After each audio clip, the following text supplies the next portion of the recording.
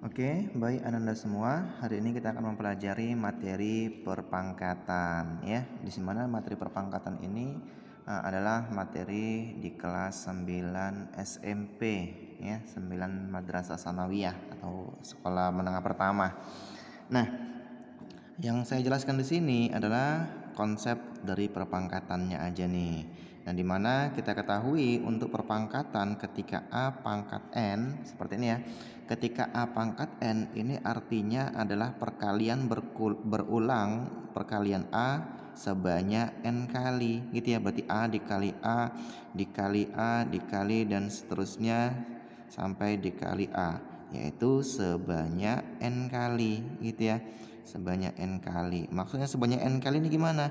Kalau seandainya N ini sama dengan 2, berarti A-nya hanya sebatas 2 kali, A dikali A, gitu aja. Kemudian kalau A-nya sendiri 5, maka ya A-nya kita kalikan sebanyak 5 kali. Seperti itu ya. Dengan nilai A di sini adalah bilangan pokok atau yang dipangkatkan, dan N ini adalah pangkat atau nama lainnya adalah eksponen. Gitu ya. Nah, untuk perpangkatan ini ada sifat-sifatnya nih. Sifat-sifat dari perpangkatan apa aja itu?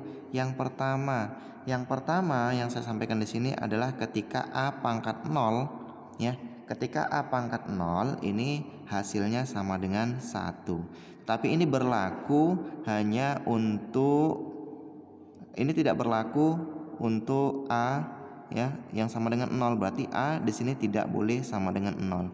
Artinya kalau 0 per 0 berarti nilainya bukan 1, tetapi ketika angka A ini, nilai A ini adalah angka selain 0, maka nilainya pasti 1. Seperti itu ya. Kemudian sifat yang kedua adalah ketika A pangkat M dikali A pangkat N. Nah, ketika ada dua bentuk perkalian perpangkatan seperti ini, di mana basis angka yang dipangkatkan di sini sama, maka kita bisa mengubahnya nih menjadi A pangkat M ditambah N. Nah, gini aja, pangkatnya boleh kita jumlahkan kalau dia operasinya perkalian. Kemudian sifat yang ketiga, kalau seandainya A pangkat M dibagi A pangkat N, sama seperti tadi ya, operasinya di sini pembagian, dan bilangan yang dipangkatkan itu sama-sama A atau sama-sama 2 misalnya, maka bisa diubah bentuknya menjadi A pangkat M dikurang N. Pangkatnya boleh dikurangkan kalau seperti ini. Ingat konsepnya ya. Kemudian sifat yang keempat gimana? Sifat yang keempat kalau seandainya bentuknya seperti ini, A pangkat M dipangkatkan lagi N. Nah gini, A pangkat M pangkat lagi N. Kalau seperti ini bentuknya, maka pangkatnya ini boleh kita kalikan, M dikali N, seperti ini, A pangkat M dikali N, gitu ya. Kemudian kalau seandainya sifat yang kelima nih, kalau seandainya pangkatnya dia bernilai negatif seperti ini, A pangkat minus B. Nah, kalau dia pangkatnya adalah negatif seperti ini boleh kita ubah ya menjadi 1 per A pangkat B. Nah, pangkatnya berubah jadi positif, tapi ya, pangkatnya berubah jadi positif, tetapi dia letaknya menjadi penyebut di sebuah pecahan. Di atas pembilangnya 1, jadi dia 1 per A pangkat B, seperti itu. Kemudian kalau kita menemukan bentuk eksponen atau bentuk perpangkatan yang seperti ini, A pangkat B per C. Nah, seperti ini, pangkatnya dia berbentuk pecahan biasa. Maka kalau seperti ini bisa kita ubah menjadi akar pangkat C dari A pangkat B. Seperti ini ya. Oke, jelas ya. Oke, jadi 6 sifat ini yang akan kita bahas, yang akan kita ingatkan kembali di pembahasan kita pada hari ini.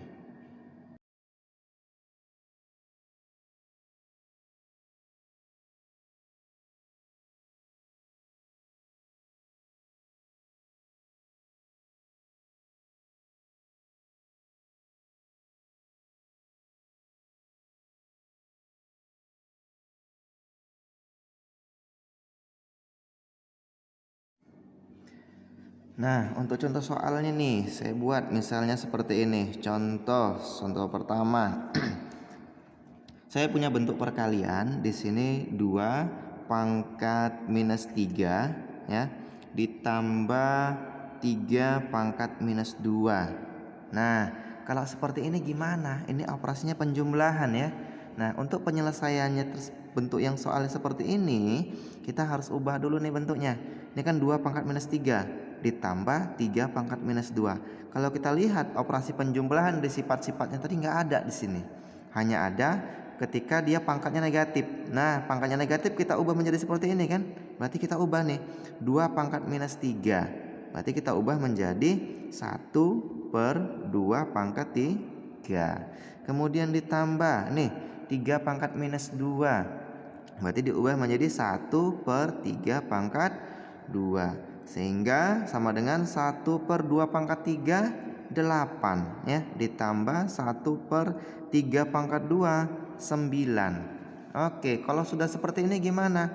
Tinggal kita kali silang aja atau penjumlahan. Ini kan penjumlahan nih. Boleh disamakan, boleh dengan cara menggunakan persamaan penyebut. Samakan dulu penyebutnya dengan menggunakan KPK, atau dengan kali silang seperti ini juga boleh.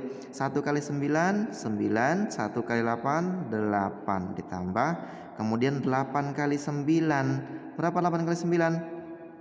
72. Nah, seperti ini. Maka sama dengan 9 ditambah 8, 17/72. Seperti ini dia konsepnya.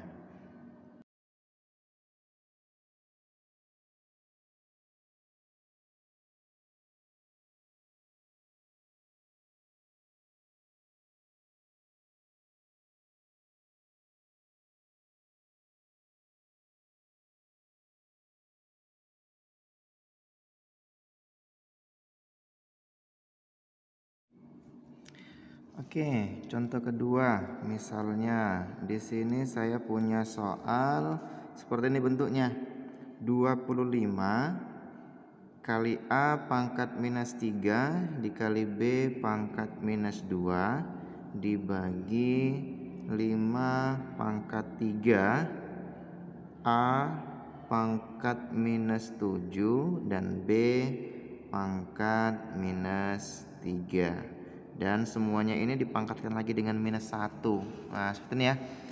Nah, 25 dikali A pangkat minus 3 dikali B pangkat minus 2 dibagi 5 pangkat 3 dikali A pangkat minus 7 dikali B pangkat minus 3 pangkat minus 1. Nah, kalau bentuknya seperti ini jangan bingung ya, kita harus kalikan satu persatu. Nah, di sini pangkat yang di sini yang di luar ini adalah milik seluruhnya, milik semuanya ya. Nah, berarti 25 juga akan dikalikan dengan pangkat minus 1. Nah, seperti itu. Berarti kita kalikan terlebih dahulu nih. 25 pangkat minus 1. Tuliskan dulu biar lebih jelas. 25 pangkat minus 1.